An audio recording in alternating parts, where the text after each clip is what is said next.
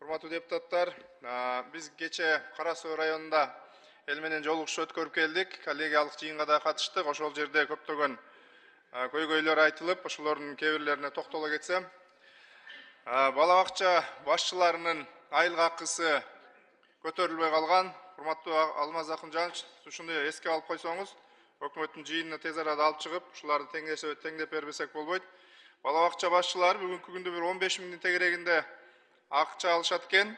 Тех персоналдагы бир 5-6 миңдин тегерегинде айлыктары калып кетиптир да.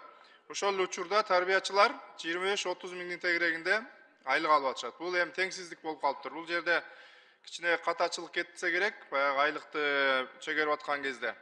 Ошону эске алсаңыздар, бул бир эле Кара Суу районуна тиешелүү эмес, бул бүткүл республика боюнча ушул көйгөй бар экен.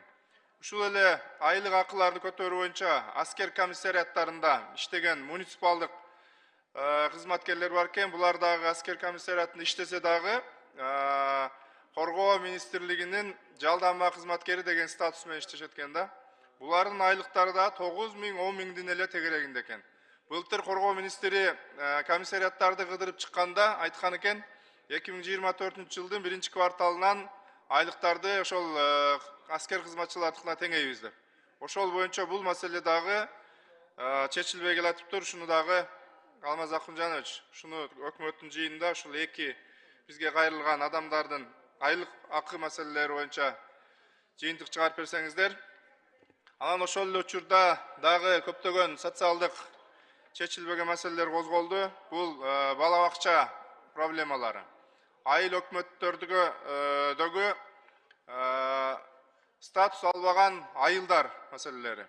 Ошолор боюнча дагы биз кат жүзүндө сизге өзүнчө беребиз. Бала бакчалар боюнча биз жылда эле кайрылып келебиз. Эмнегедир бул жерде чечилиши татаал болуп келатат. Бул жерде билим берүү министрлигинин дагы көңүл кош аракети болуп калып атат. Бул айтыш керек болчу, ушул жерлерге зарыл керек деп. Кээ бир жерлерде көрүп атабыз. Ашыкча ошол мектептерди алсак, бирси менен араң окуганда мектептер курулуп атат. Кээ бир жерлерде мектептер жабылып атат. Эмне дегенде ал жерде окуучу жетишпейт. Ошон үчүн сөзсүз түрдө ошол анализдин негизинде эске алып, ушу планга киргизилсе. Чоң рахмат.